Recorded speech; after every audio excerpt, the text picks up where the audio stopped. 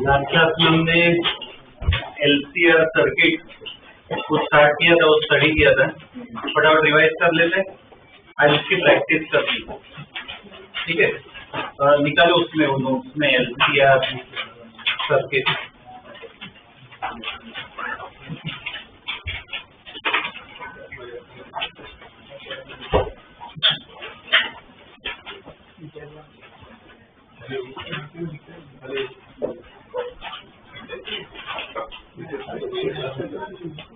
जो LCR circuit है उसमें हम वोल्टेज को अगर हमें स्टडी करना हो तो हम क्या फेजर बनाते। फेजर डायग्राम कैसा बनाते? मेन फेजर है, उसके बेस पे प्रॉब्लम होगी कि फेजर कैसे ड्रॉ करते हैं। तो मैं इस तरफ करंट ड्रॉ करूं तो इस तरफ एक और वोल्टेज ड्रॉ कर सकते हैं। कौन सा? तो VL कहाँ पे होगा? ऊपर, नीचे क्या होगा? VC।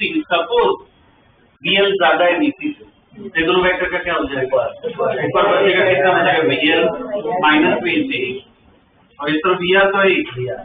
इनका अगर रिजल्टेंट बना है तो ये कौन सा वोल्टेज देता है? सोर्स का voltage, original voltage, source voltage मिलता है। और ये V और R के बीच का एंगल वो क्या होता है? Phi, phase difference. ठीक है ना, ये एक पार्ट हमने देखा। तो इधर से V निकाल सकते हो, फाई का गलत, फाई निकालना हो ट्रिग्नोमेट्री यूज कर सकते हो। ठीक है, उधर से फाई आ जाएगा। ये हमने क्या स्टडी किया? वोल्टेज को। सिमिलरली इम्पीडेंस, वो रेजिस्टेंस, रिएक्टेंस का भी फेजर बना सकते हैं। उसका फेजर कैसे बनता है? तो मैं यहाँ पे आई बना रहा हूँ, इस तरफ क्या ले सकते हैं? रेजिस्टेंस ले सकते हैं। यहाँ पे ऊपर क्या है? XL, नीचे क्या है? XC। हमारे इस डायग्राम में XC बना है, इस तरफ नीचे की तरफ क्या है? XC minus XL। इसका रिजल्टेंट क्या है? इसको क्या कहते हैं? इम्पीडेंस। ये पूरी सर्किट के लिए होता है।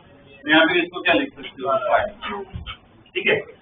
और करंट निकालना हो, पूरी सर्किट के लिए भी ये करंट निकालना हो I0, तो क्या लिख सकता हूँ? V0 बाई नीचे क्या आएगा? पूरी सर्किट के लिए क्या करना? RMS के लिए भी चलेगा। IRMS इक्वल टू क्या होता है? VR। ये पार्ट हमने स्टडी किया था। और क्या पार्ट था? सपोज तुम्हें इंडिविजुअल रेजिस्टर, वो क्या कहते हैं, इंडक्टर, कैपेसिटर, वो सब के अक्रॉस वोल्टेज निकालना हो तो भी लगा सकते हो। सपोज रेजिस्टर के अक्रॉस चाहिए तो क्या इक्वेशन लगाओगे? IR। इंडक्टर के अक्रॉस चाहिए IXL, कैपेसिटर के अक्रॉस चाहिए IXC। पर क्या ध्यान रखना है इसमें? मैं स्टेटमेंट लिखा था, ये वैल्यूज, ये फॉर्मूला कब यूज कर सकते हो? या तो मैक्सिमम या तो RMS, वो वैल्यू वैल्यू निकालना तभी यूज कर सकते हैं। अगर कोई टाइम पे निकालना हो तो हम वही इक्वेशन बनानी पड़ती है, ठीक है। तो उसके बेस पर हमने क्या प्रॉब्लम्स भी किए थे, आज पूरी प्रैक्टिस ही करनी है। बस एक छोटा सा 5 मिनट का एक थोड़ा टॉपिक है वो मुझे पढ़ाना है, पर वो तो हो जाएगा फटाफट, बाकी मैं प्रैक्टिस पे ध्यान देगा, ठीक है। तो कंज्यूम करते हैं, कुछ प्रॉब्लम्स हमने किए थे और कुछ प्रैक्टिस करते हैं। ड्रॉ करो, क्वेश्चन लिखवा रहा हूँ।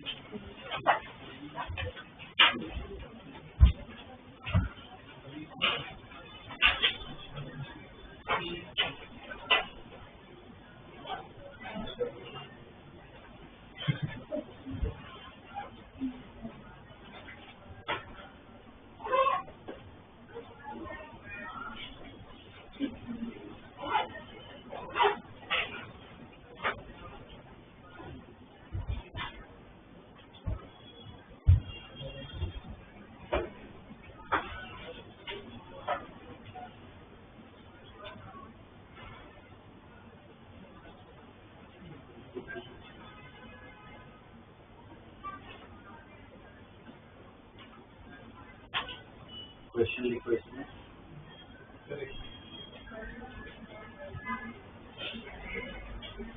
देखो, the reading of voltmeter V1 and V3, reading of voltmeter V1 and V3 is same. Reading of voltmeter V1 and V3 is same. ठीक है। Find the reading of V2 and A. Find the reading of V2 and A if R equal to 100 ohm. Resistance दे रखा है, if R equal to 100 ohm, ठीक है।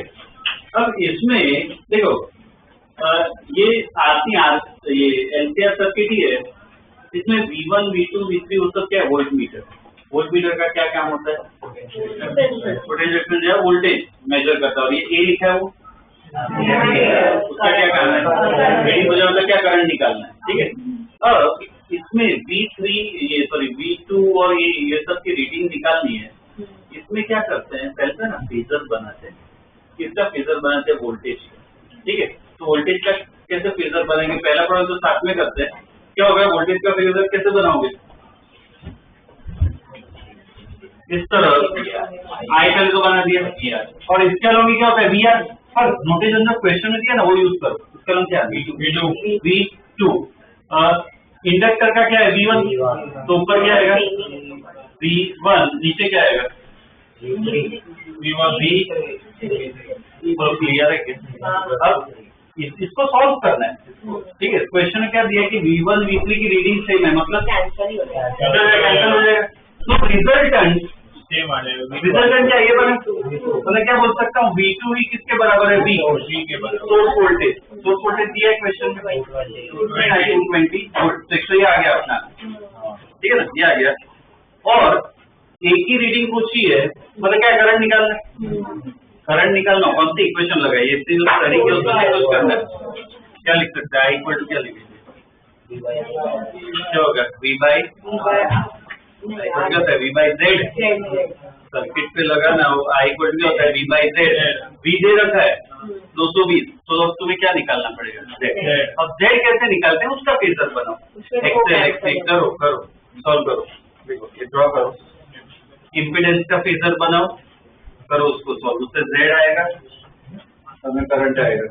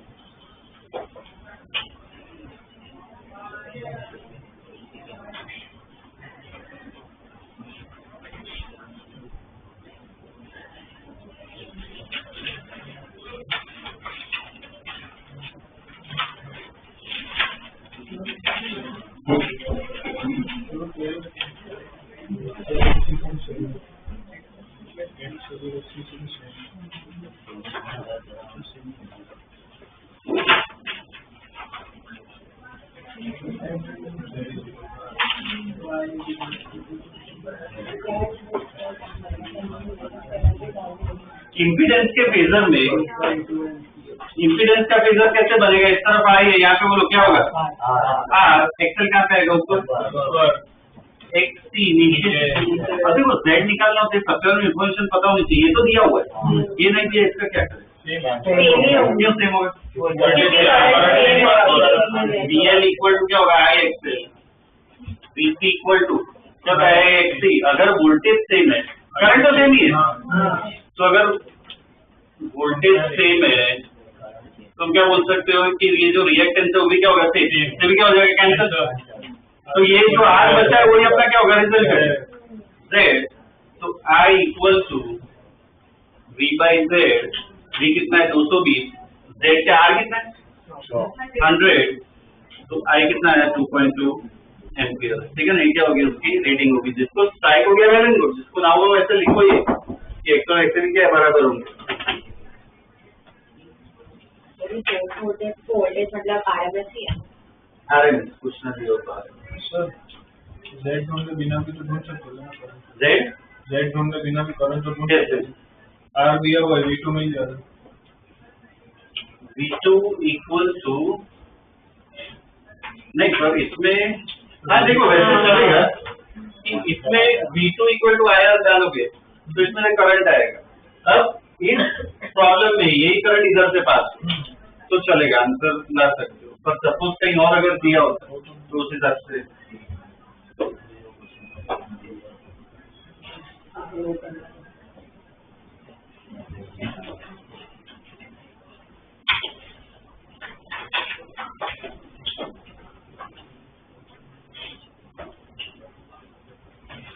ठीक है। ये हो गया। बस ऐसे अलग अलग टाइप के प्रॉब्लम्स सॉल्व करना है। ठीक है, मेन क्या फेजर और इक्वेशन पे ही फोकस करना है। ओके चलो नेक्स्ट क्वेश्चन। इन RC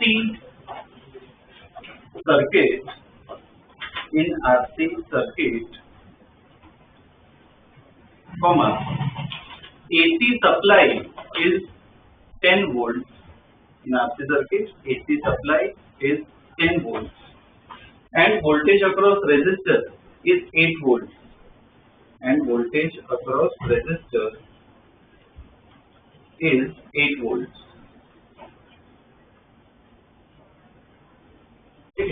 कितना दिया होगा? Find voltage across capacitor. Find voltage across capacitor. Find voltage across capacitor. ठीक है, full stop. Continue लिखो. Also find phase difference. Also find phase difference. Also find phase difference between V and I. Also find phase difference between V and I, comma V and VC. V and VC. ठीक है। अब देखो इसमें अपने ये circuit ये बस क्या फर्क है, इसमें L नहीं दिया हुआ, R और C का इंफॉर्मेशन दिया ना, वो क्या फर्क पड़ेगा इसमें? रिजल्ट नीचे आ जाएगा। हाँ मतलब क्या है, वो L वाला जो पार्ट वो ड्रॉ ही नहीं कर नॉर्मल जैसे कर रहे हो फेजर बना रहे हो वैसे ही बनाओ, कोई फर्क नहीं है, बस L को इग्नोर कर दो। करो ट्राई करो, करो पूरा करो, 5 निकाल, फेजर ड्रॉ करो।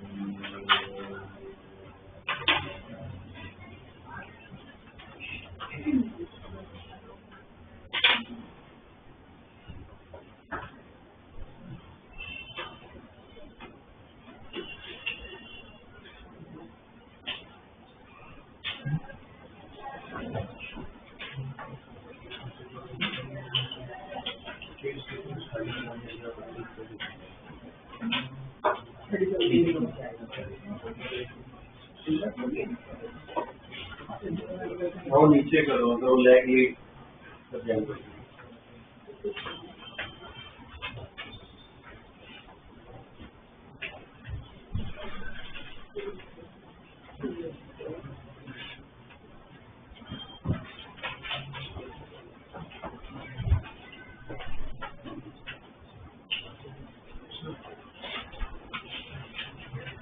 फाइव 37 आया और बीसी और बी की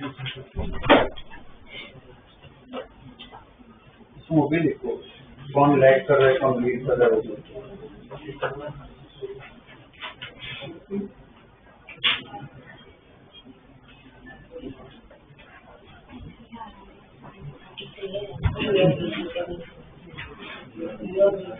फेजर फेजर कैसा बनेगा इसमें,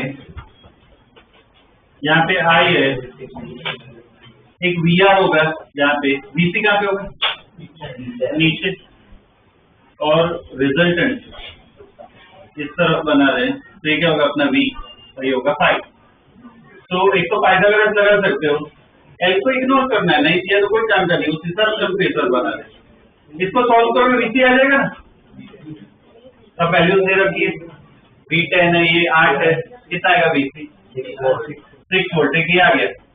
पाई निकालना है तो सेम ट्रिग्नोमेट्री यूज करते हैं। 10 पाई डायग्राम के हिसाब से बताओ 10 पाई को कैसे लिखूंगा, तो ढंग से लिखना है। ये ट्रायंगल लेके परपेंडिकुलर कोण भी इससे कितना है VC बाय R, मतलब कितना हो जाएगा 6/8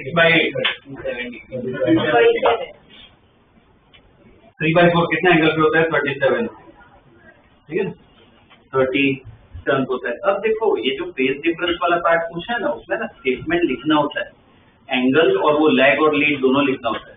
तो पहले क्या V और I में है, तो देखो V और I ऐसे दिए हुए हैं, कौन नीचे है, V नीचे है, इसका मतलब वो लैग कर रहा है लीड कर रहा है, लैग मतलब करंट क्या कर रहा है लीड। तो स्टेटमेंट लिखना होता है ना, ऐसे लिखो कि I leads V by 37 degree, I leads V by 37 degree, ठीक है। और ये V और VC का भी पूछा है, उसमें कितना होगा फेज डिफरेंस 53 होगा, उसके नीचे अगर उसमें कौन लीड कर रहा है VC और नीचे, तो इसमें क्या लिखोगे कि V leads VC by 53 degree, ठीक है ना, वो पार्ट भी लिखना है। V leads VC by 53 degree.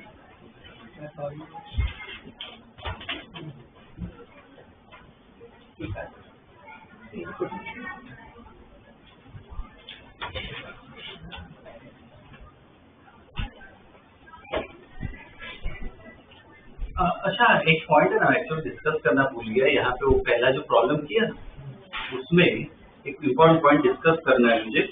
वो पहले प्रॉब्लम देखो, जो वोल्ट मीटर एम मीटर वो सब निकाले, हमने करंट इलेक्ट्रिसिटी पढ़ा था, याद हो तो वोल्ट मीटर और एम मीटर किससे बनते हैं, अगर उसको खोले तो गैलोमीटर यहाँ तो कैसे काम करता है, पॉइंटर होता है, करंट एक तरफ जा रहा है तो उधर डिफ्लेक्ट होगा, दूसरी तरफ जा रहा है तो इधर डिफ्लेक्ट होगा। अब मैं अगर वो अपना normal ammeter voltmeter इसमें यूज करूं तो सोच सकते हो क्या होगा, ऑल्टरनेटिंग करंट है, मतलब एक मोमेंट पे करंट इस तरफ है तो दूसरे मोमेंट पे करंट क्या है इस तरफ जाएगा, ऐसा ऑल्टरनेट होते रहेगा, ये बहुत फास्ट होता है, एक साइड में 50 बार होता है। तो क्या होगा, नीडल जैसे घुमा क्या होगा, नीडल उधर का उधर ही रहेगा, इतनी फास्ट रिएक्शन होगा ही नहीं ना नीडल का, तो जो नीडल है जो पॉइंटर हो गया उधर की उधर ही रहेगी, मतलब अपना normal voltmeter ammeter क्या काम कर ही नहीं पाएगा, वो रीडिंग क्या दिखाएगा 0। तो इसमें एसी सर्किट में ना जो एम मीटर वोल्ट मीटर होते हैं ना, वो गैलोमीटर पे काम नहीं करते, वो अलग प्रोसेस पे काम करते हैं, वो क्या हीट पे काम करते हैं कि कितनी हीट डेवलप हो रही है, तो उनका नाम अलग होता है, उनको कहते हैं हॉट वायर इंस्ट्रूमेंट, उसमें अलग मटेरियल यूज करते हैं, ठीक है। और वो कौन सी वैल्यू देते हैं RMS वैल्यू, वो ध्यान रखना है, ठीक है, इन्फॉर्मेशन के लिए पर काम का है।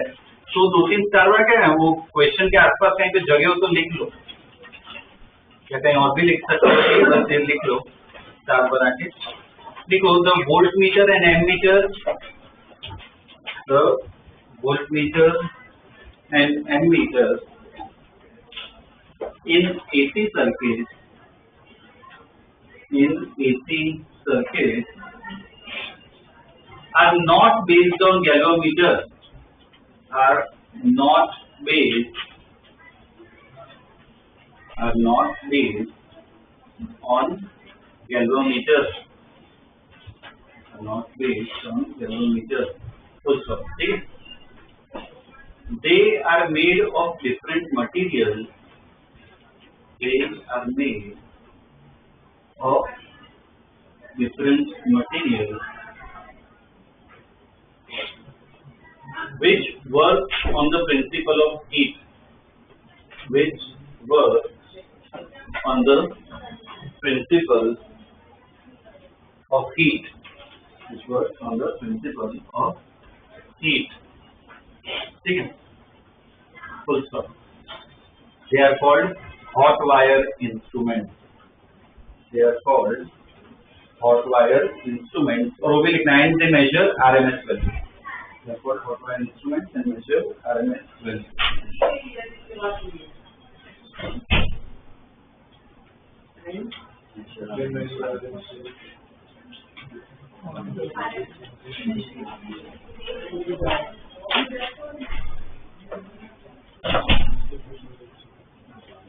चलिए क्या सॉल्व लिखिए। ठीक, अब देखो एक क्वेश्चन दे रहा हूँ, वो खुद ट्राई करो, थोड़ा कंसेप्ट इसमें भी आएगा। देखो next question, when 100 volt DC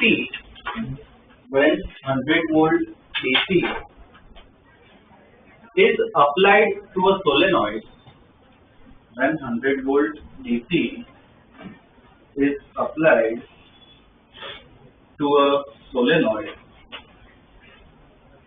1 ampere current is obtained. 100 volt DC is applied to a solenoid, 1 ampere current is obtained. ठीक है, full stop. When 100 volt AC is supplied to the same solenoid, when 100 volt AC is supplied to the same solenoid, 0.5 ampere is obtained. 0.5 ampere is obtained. See, first of all, find impedance and reactance of the solenoid. Find impedance and reactance. Find impedance and reactance of the solenoid. ठीक है, ये निकालना है। अब देखो ये problem पर खुद ट्राई करना, अच्छा कंसेप्ट है, इसमें भी पॉइंट्स लिखूंगा मैं, पर खुद ट्राई करना है। देखो समझो, सोलेनॉइड मतलब पहले बताओ, इंडक्टर रेजिस्टर कैपेसिटर क्या होता है? सोलेनॉइड मतलब क्या, कॉइल होता है, मतलब क्या हुआ इंडक्टर। अब इंडक्टर मतलब क्या, सिर्फ एल आना चाहिए, मतलब क्या सिर्फ एक्सएल आना चाहिए। पर डीसी में प्रैक्टिकली हम देखें ना, तो कोई भी सोलेनॉइड होता है, कोई भी कॉइल होता है ना, तो इंडक्टेंस वो एल एक्सएल तो होता ही है, पर साथ में कॉइल बेसिकली क्या है, वायर, तो और साथ में क्या होना है, कुछ टाइम रेजिस्टेंस होता ही है। तो मतलब एक्चुअल में इस केस में सोलेनॉइड मतलब सिर्फ एल सर्किट मत मान के चलो, क्या सर्किट मान के चलो, आर एल। जैसे हमने लास्ट प्रॉब्लम में आर सी सर्किट है, इसको क्या सर्किट मान के चलोगे, आर एल। तो जब डीसी वोल्ट सप्लाई कर रहे हैं, डीसी में एक ही इक्वेशन होती है, कौन सी, V equal to I R, तो समझो उससे क्या मिल जाएगा, आर। और जब एसी सर्किट जो दी है उसमें स्टडी करोगे तो उसमें क्या मान के चलोगे, आर और एल दोनों, तो उसमें दूसरी इक्वेशन आएगी। ठीक है, ट्राई करो, डीसी में सॉल्व करो, एसी में सॉल्व करो, ट्राई। वैसे मैं लिखवाऊंगा,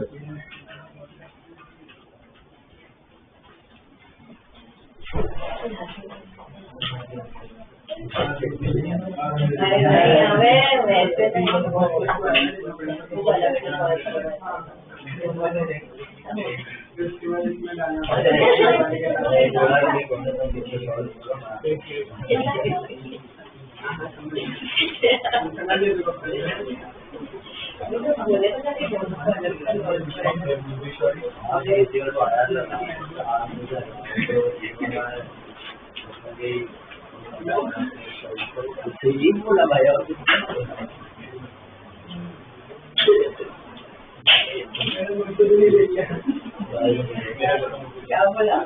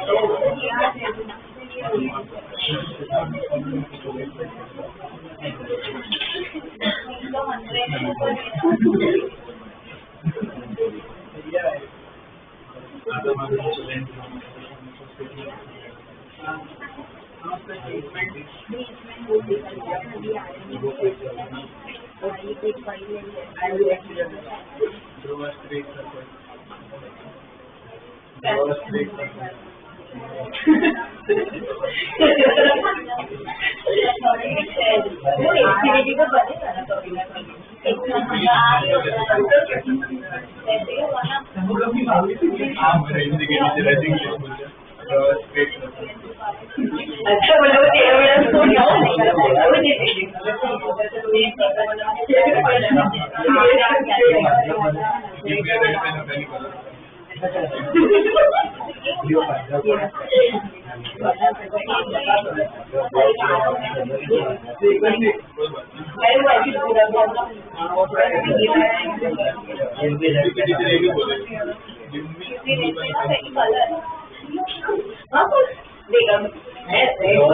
कोई भी कलर की मैं डाल सकती हूँ।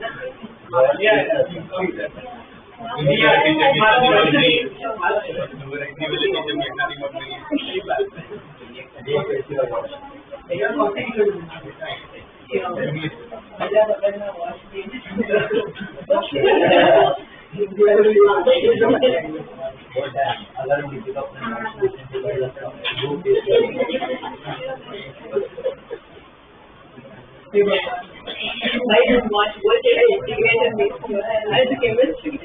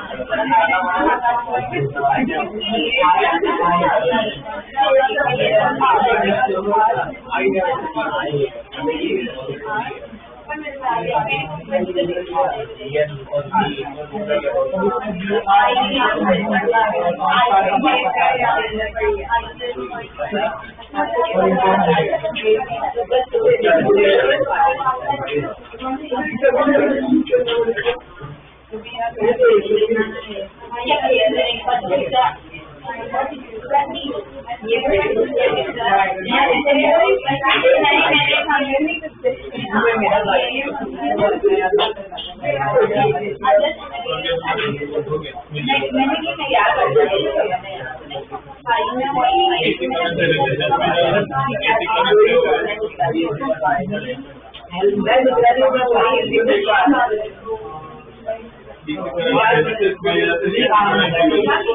इम्पीडेंस मिली जाती है, इम्पीडेंस में रेजिस्टेंस रिएक्टेंस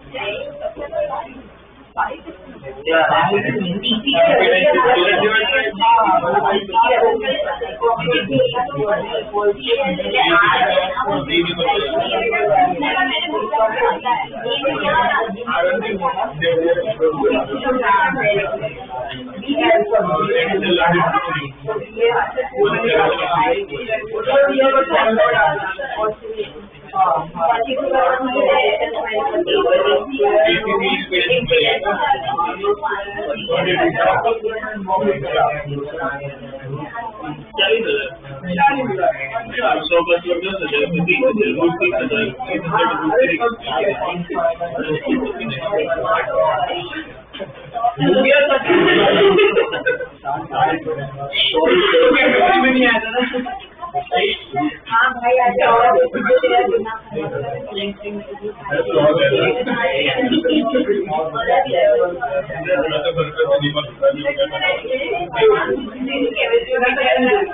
केमिस्ट्री में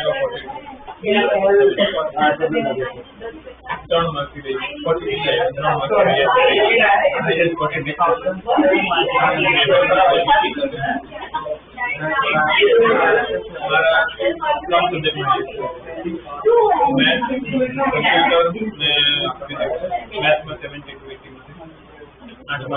इंटीग्रेशन छोड़े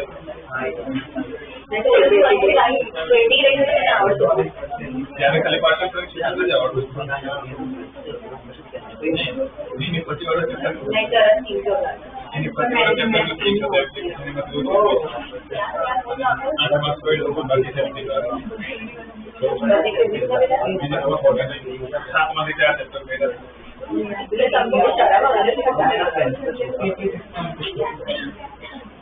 हमारा माने जो लगे कि हम मार्क्स का लेवल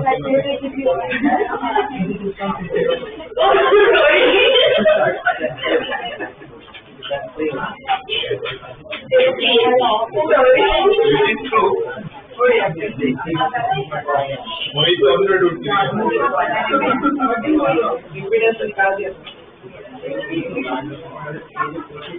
बड़ी बात है करने को इनको पता नहीं देना चला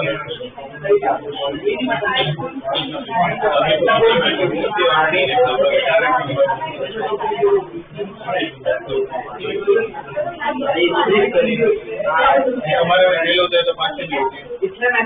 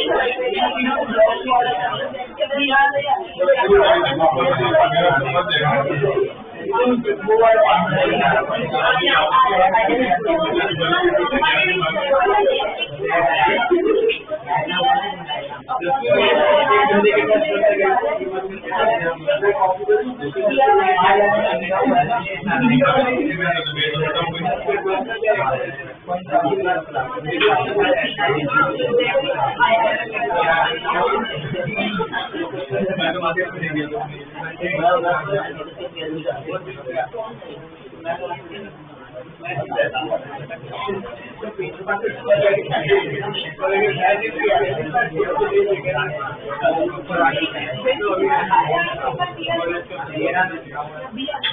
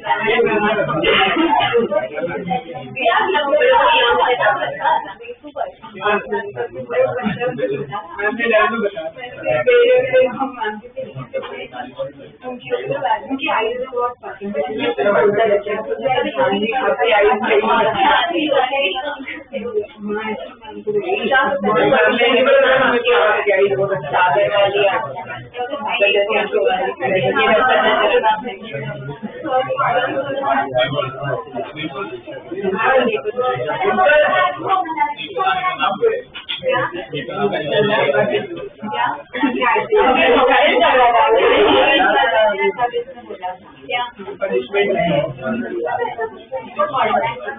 नहीं अगर ऐसे बोला करना है कि ना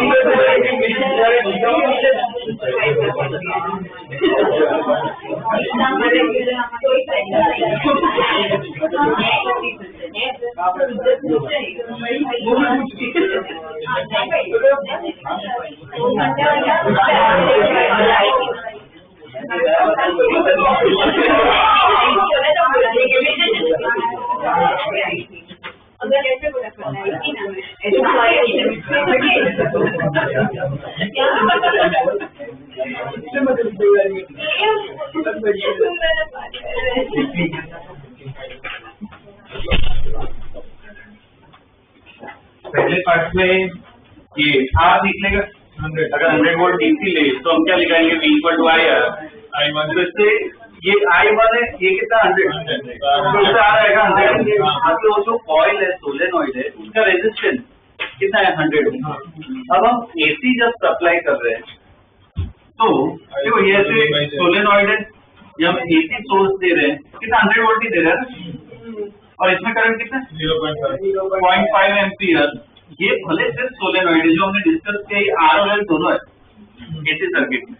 तो इसका फेजर कैसा बनेगा कि यहाँ पे आई है, यहाँ पे क्या होगा एक्सेल कहाँ पे होगा ऊपर इधर जेड, तो जेड किसके बराबर आएगा होता है under root R square plus S L. अब इधर कौन सी इक्वेशन लगा, देखो V पता है, I पता है, कौन सी इक्वेशन लगा I equal to V by Z 0.5 equal to V100 by Z। This is Z कितना है तो देखो एक अपना इम्पीडेंस आ गया। अब ये इक्वेशन देखिए Z पता है R पता है, आया ना इधर से एक्शन कितना आएगा √3 ये सब वैल्यूज आ, ठीक है ना। इम्पीडेंस भी आ गया, रिएक्टेंस ये सबसे ध्यान रखना सोलेनॉइड में खुद का रेजिस्टेंस भी होता है, ठीक है।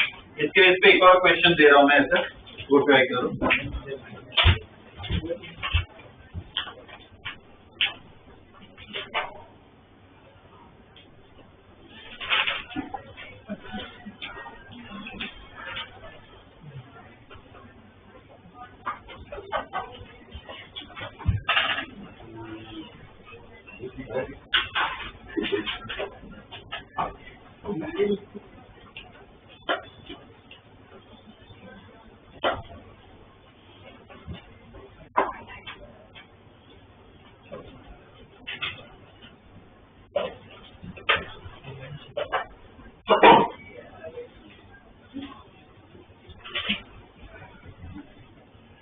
ओके ड्रॉ करो।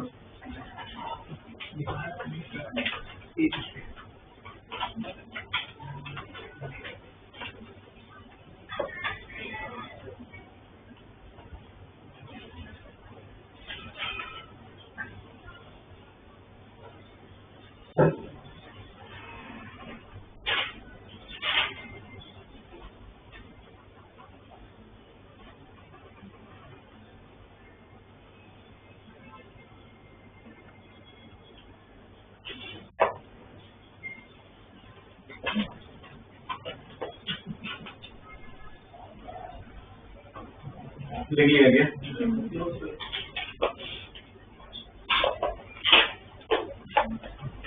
ओमेगा लिखो, क्वेश्चन में दिया हुआ है omega equal to 2000 radians per second.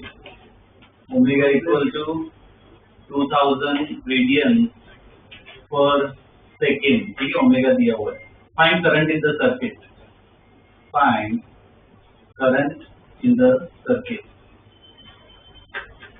Current in the circuit, ठीक है। तो सॉल्व खुद ही करना है, बस इसमें ना डिस्कस कर लेते हैं ये सर्किट को। फिर मुझे बताओ 20 वोल्ट का 0.1 ओम क्या है? वोल्टेज और 5.9 डॉलर तो ये, और ये जो 5 मिलियन के फोर्स किया वो सोलेनॉइड का खुद का रेजिस्टेंस जो हमने लास्ट कॉलम में देखा कि उसका भी होगा।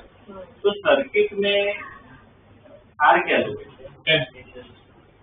ये सभी का रेजिस्टेंस सबके सीरीज में ऐड कर सकते, ठीक है ना। तो आर कितना लोगे इसमें 10, ठीक है, सबका एडिशन।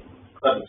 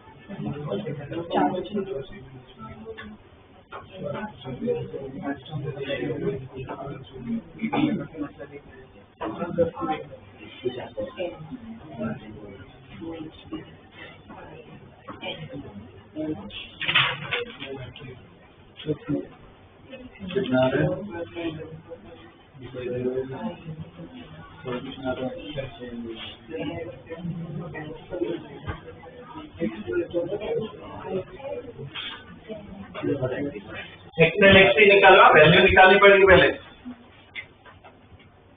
आर तो अपना 10 ओम्स है, एक्सेल क्या होगा ओमेगा एल, ओमेगा भी दे रखा है एल भी दे रखा है, तो एक्सेल निकालो कितना रहा एक्सेल, ओमेगा और एल दोनों दे रखा है, कितना रहा एक्सेल 10 ओम्स, एक्सी क्या होगा 1 बाई ओमेगा 10 आ रहा है। अब इसका फेजर बनाओ तो जेड मिलेगा, एक्सेल एक्सी का यहाँ पे आई इस तरफ की क्या होगा आर, ऊपर एक्सेल, नीचे एक्सी, ये दो 10 है कैंसिल हो गया, मतलब ये आर ही क्या देगा मुझे जेड देगा, तो जेड आ गया अपना 10 ओम और आई निकालना है आई को to V by Z, R नहीं लिखना चाहिए वी बाई जेड, ठीक है कोई सर्किट के लिए 20/10 2 एम्पीयर, 2 एम्पीयर ये अपना क्या आ गया करंट आ गया।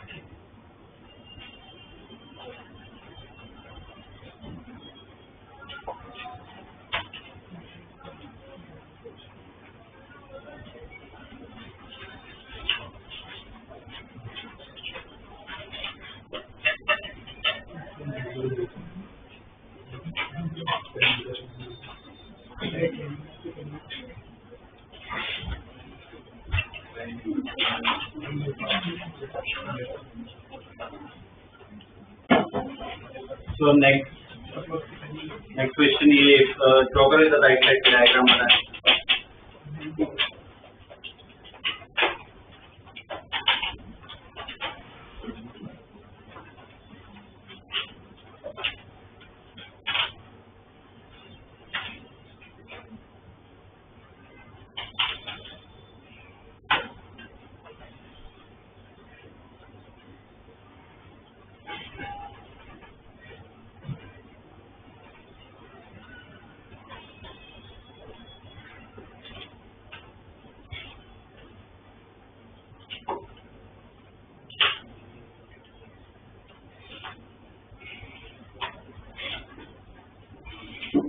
चलिए draw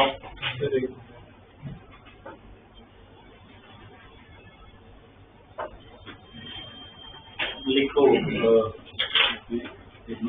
In LCR circuit,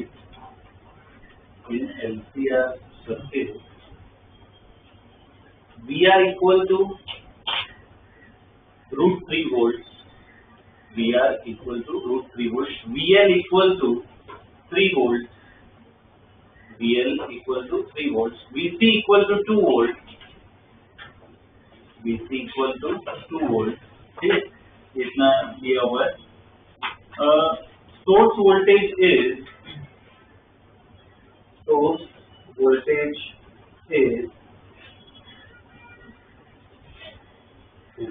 V equal to V naught sin omega t.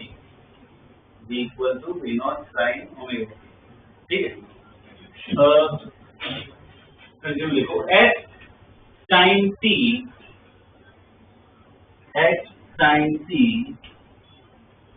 current I will be at time t. Current I will be at time t. Current I will be. Option इसमें दे रहा हूँ. पहला option लिखो. पहला option I equal to I naught. I equal to I naught sin I equal to I naught. ये V में source में क्या लिखा? V naught sin omega t लिखा ना. हाँ, तो पहला ऑप्शन लिखा I equal to I naught sin omega t plus pi/6.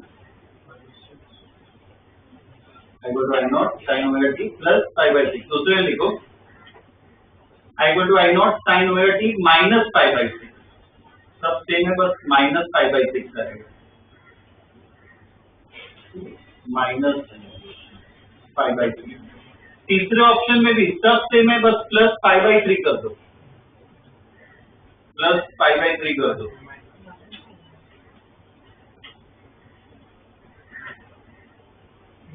ठीक है.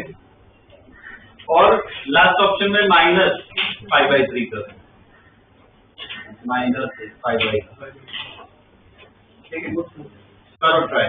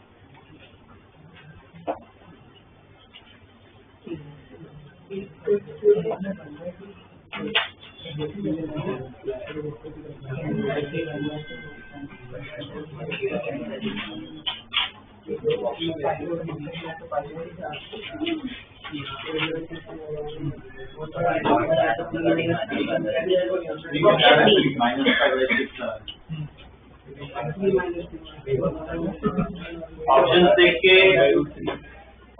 के इतना रियलाइज होना चाहिए मेन ये क्वेश्चन किसका है, क्या निकालना है. फाई निकालना है, बस और कुछ नहीं, फाई निकालना सीखो। कहाँ से फेजर से ही आएगा।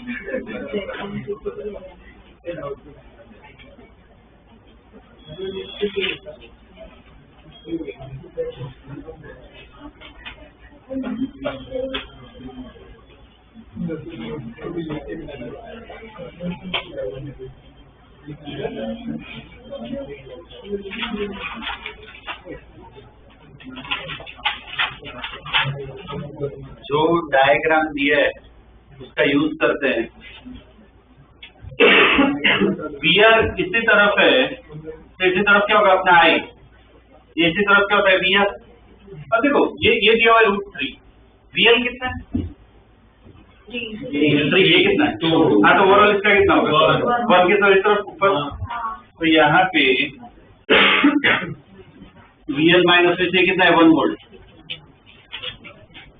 और रिजल्टेंट इस तरफ कितना V होगा और ये क्या होगा 5। तो मेन क्या हमें फाई निकालना है। तो देखो 10 फाई, ये ट्राइंगल को अगर देखें तो 10 फाई क्या होगा परपेंडिकुलर अपॉन बेस, ये कितना होगा 1, ये कितना होगा √3, 1/√3। तो फाई कितना है 5/6, ये 5/6 तो आ गया। अब प्लस 5/6 या माइनस 5/6 हेल्प करेगा कैसे। देखो V इस तरफ है, I इस तरफ है, मतलब क्या है पीछे है, लैग कर रहा है, तो क्या आएगा -5/6, ठीक है ना, -5। फेजर स्टडी करना आना चाहिए मेन वो, ठीक है। इसमें जो है एक और पार्ट, छोटा सा पार्ट स्टडी करना है, वो क्या है कि इस सर्किट में ना पावर के बारे में पूछ सकते हैं, कितना पावर कंज्यूम हो रहा है, करंट फ्लो हो रहा है, रेजिस्टर है, तो क्या होगा पावर तो कंज्यूम होगा नहीं। तो इसी सर्किट में भी पावर कंज्यूम कितना होता है, कैसे होता है, वो स्टडी करना है, ठीक है। इसका डिराइवेशन आ सकता है बोर्ड में, तो वो एक बता देता हूँ, इसके प्रॉब्लम्स देख लेते हैं, ठीक है। लिख low power in AC circuit, power in AC circuit, power in AC circuit, ठीक है। जनरल स्टडी कर रहे हैं, सिंपल इक्वेशन ही बनेगी इसमें। लिखो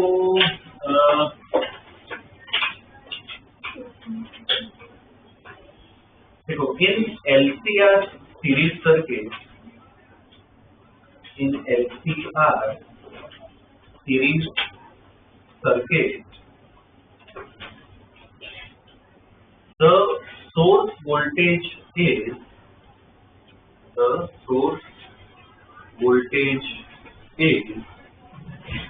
V equal to V naught sin omega t. The source voltage is V equal to V naught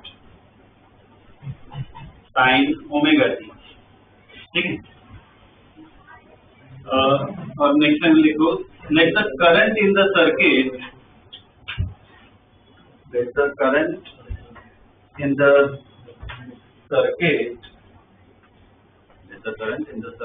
be given by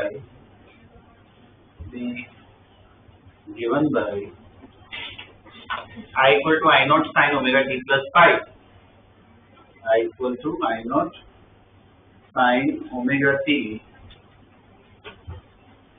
plus 5, ठीक है। ये हम अज्यूम करते हैं। इधर 5 का मतलब क्या है, पूरा लिखना है। हियर 5 लिखो, here 5 is the phase difference between source voltage and current. Here phi is the phase difference between source voltage and current. ठीक है, अब इसमें क्या होगा, पहले नॉर्मल अपने इंस्टेंटेनियस पावर लिखेंगे, बाद में एवरेज करेंगे उसको, ठीक है। नेक्स्ट लाइन में लिखो, the instantaneous power in the circuit will be the instantaneous power in the circuit will be instantaneous power in the circuit will be।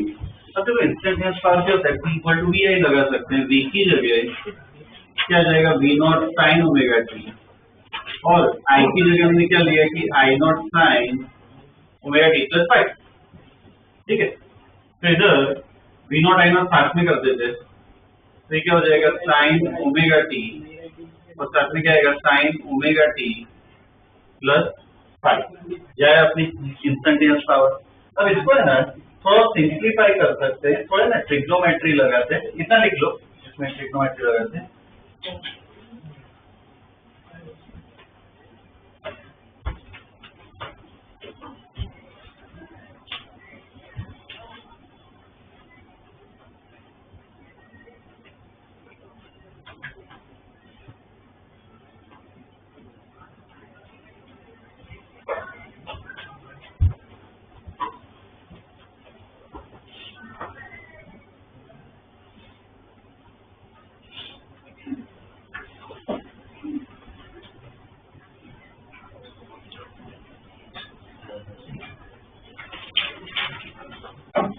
लिखिए, अब इधर ट्रिग्नोमेट्री की आइडेंटिटी लगाते हैं, दोनों साइन मल्टीप्लिकेशन है ना, तो उनको अलग अलग कर सकते हैं, कॉस और कॉस में कर सकते हैं, ठीक है। तो इसके नीचे लिखो हियर,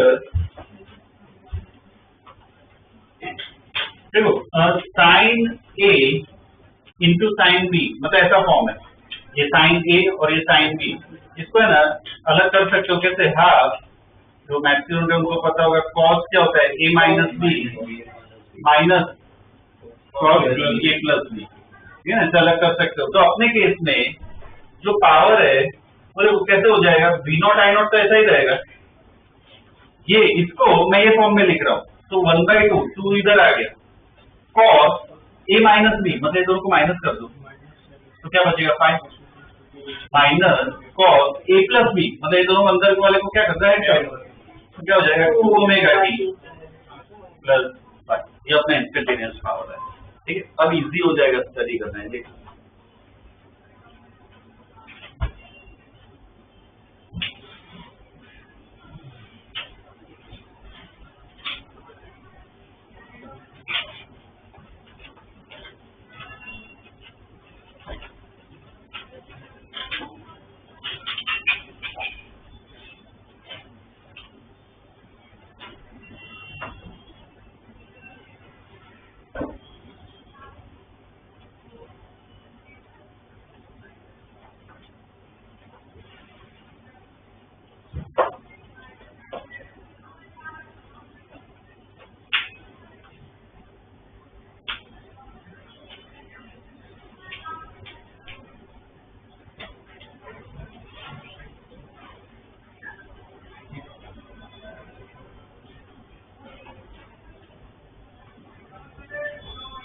लिखिए, अब इसका एवरेज करना है, इसके आगे लिखो the average power consumed over one cycle, the average power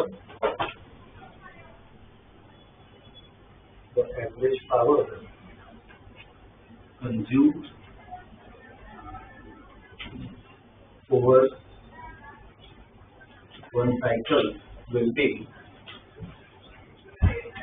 average power निकालना है, एवरेज पावर निकालना मतलब क्या, इसका एवरेज करना है, तो V not I not by 2, वो तो ऐसे ही रहेगा, एवरेज के लिए याद है ऐसे ब्रैकेट बनाते हैं, हमने बोर्ड के लिए बताया, तो बोर्ड के पॉइंट ऑफ व्यू से क्या ऐसे लिखना जरूरी है, cos 2 ओमेगा टी प्लस 5, ठीक है, इसका क्या निकाल रहे हैं, एवरेज निकाल रहे हैं, ठीक है, लिख लो।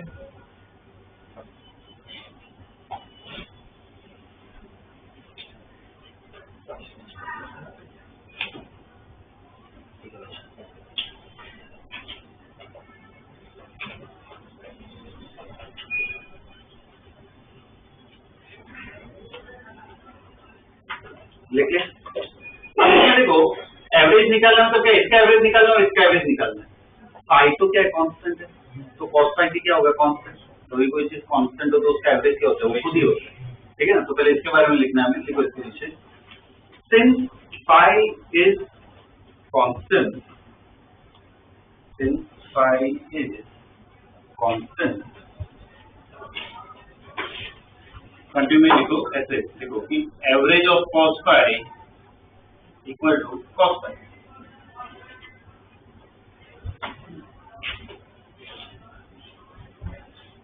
तो कॉस फाई का एवरेज है वो क्या रहेगा, कॉस फाई ही रहेगा। ठीक है, और अब दूसरे क्रम का देखते हैं। लिखो द सेकेंड टर्म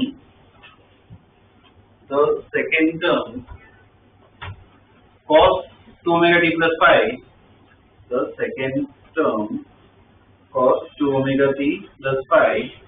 अब ये कांस्टेंट नहीं है, टाइम पे डिपेंड कर रहा है। देखो is time dependent, is time dependent, so over one complete cycle,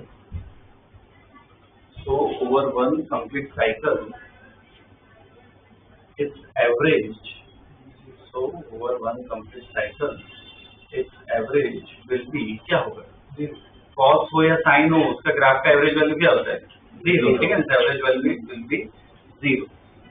ठीक है, तो इसका मतलब इसका एवरेज तो 0 हो गया, ये cos पाई ही रहा है, तो देयरफॉर क्या लिख सकते हैं, जो एवरेज पावर है वो किसके बराबर है, V0 I0 by 2 और cos पाई। ठीक है, अब देखो इसमें अभी बॉक्स नहीं बनाना है, इसको और सिंप्लीफाई करेंगे। तो एवरेज पावर देखो इसको मैं क्या लिख सकता हूँ, इंटू √2 I0 by √2 है, अलग अलग कर सकते हैं।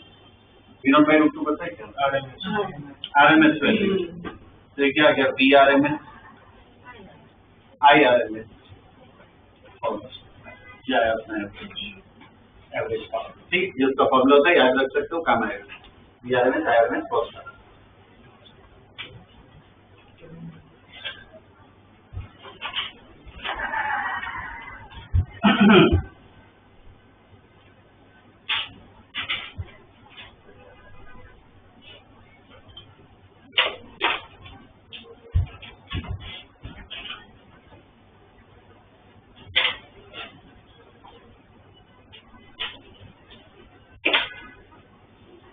दिख रहा है,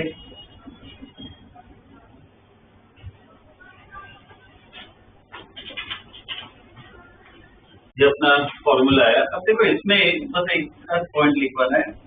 इसमें देखो एवरेज पावर जो है ऑब्वियसली वो VRMS IRMS वोल्टेज और करंट पर डिपेंड कर रहा है, साथ में किस पे डिपेंड कर रहा है, cos फाई। मतलब ये ना एक तरह का फैक्टर है तो डिसाइड करेगा कितना पावर कंज्यूम हो रहा है। सपोज ये पार्ट 0 है तो एवरेज पावर भी क्या होगा, 0।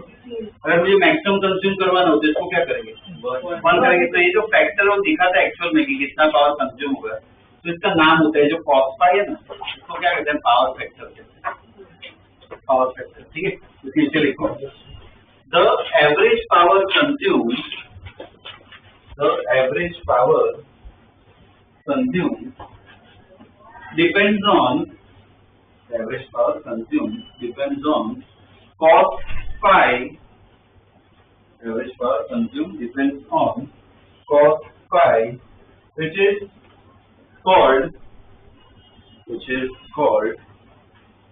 power factor, which is called power factor। ठीक है, तो देखो एक फेजर सिंपल अगर मैं बनाऊं, यहाँ पे इस तरफ I है तो यहाँ पे क्या है, R लेंगे, मान लो Z यहाँ कहीं पे। ठीक है, ये क्या होता है, फाई। इधर से ये अपना फेजर बना है, इधर से मुझे बताओ cos फाई कितना होता है। cos फाई मतलब क्या होता है, बेस अपॉन आई क्या होगा, R बाई Z। तो ये R बाई Z भी बोल सकते हो, पावर फैक्टर मतलब ये होता है। ठीक है, लिख लो ये।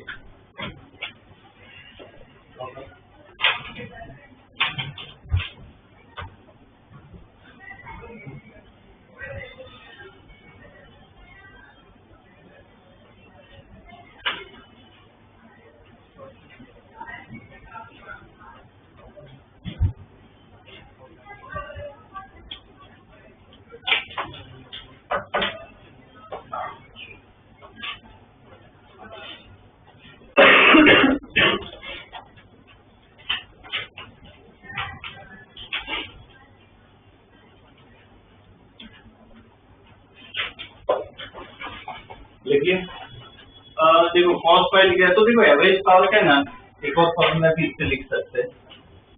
जो एवरेज पावर है वो क्या होगा, VRMS।